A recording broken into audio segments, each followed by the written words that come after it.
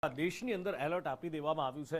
બધા જેટલા પણ મંદિરો છે એને સુરક્ષિત કરી દેવામાં આવ્યા, એની સુરક્ષા વધારી દેવામાં આવી છે। લોકોને પણ અપીલ કરવામાં આવી છે કે કોઈ પણ બિનવારસી નાનામાં નાની વસ્તુથી લઈ કોઈ મોટું વાહન પણ કેમ ના હોય, જો શંકાસ્પદ લાગે તો તરત પોલીસને જાણ કરો, કારણ કે જે I-20 કાર ઘૂસી દિલ્હીમાં અને એણે કહેર વરસાવ્યો એ પછી આખા દેશમાં શું થઈ રહ્યું છે એ આપણે આપણી નજર સામે જોઈ રહ્યા છીએ। પણ એ કાર હતી કોની, કેટલી વાર વેચાઈ, દિલ્હીમાં ક્યાંથી આવી, કેવી રીતે આવી, શું એ આખો ઘટનાક્રમ રહ્યો 29 તારીખથી લઈ અને 10 તારીખ સુધીનો? અભિષેક પાસેથી જાણીએ। અભિષેક, નુપુર, આ જે કાર છે એનું કનેક્શન સીધું ફરીદાબાદ સાથે આવી રહ્યું છે, જ્યાં ગઈકાલે 2 આતંકીઓ પકડાયા હતા।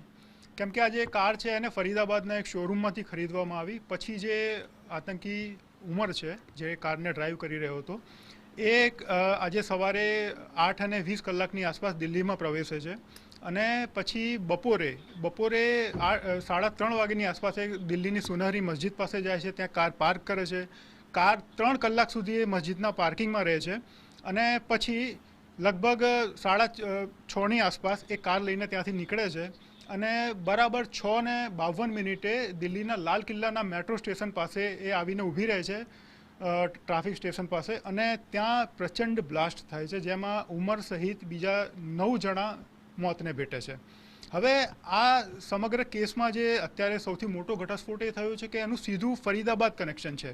ફરીદાબાદમાં જે રીતે 2 આતંકીઓ કાલે પકડાયા અને એનાથી આ જે ઉમર છે એ પછી ત્યાંથી નાસી ગયો અને ગભરાઈ ગયો, કેમ કે જે બ્લાસ્ટનું જે ષડયંત્ર હતું એ ફરીદાબાદમાં પણ હોઈ શકે છે અને દિલ્હીમાં તો હતું જ, અને તરત ત્યાંથી ફરીદાબાદથી ભાગી છૂટે છે કાર લઈને અને પછી એ દિલ્હી આવે છે। દિલ્હીમાં જે કાર હતી વિસ્ફોટકોથી ભરેલી એ તરત જ એ બ્લાસ્ટ કરી દે છે। હવે એ તપાસ હજુ એ દિશામાં થઈ રહી છે કે એણે આતંકીઓએ હુમલા માટેનું જે લોકેશન ચૂઝ કર્યું હતું, પસંદ કર્યું હતું, એ ચોક્કસ હતું એ જગ્યાએ થયું છે કે પછી બીજા અન્ય સ્થળો પણ એમના ટાર્ગેટ પર હતા અને બીજા અન્ય આતંકીઓ પણ એમની સાથે જોડાયેલા હતા।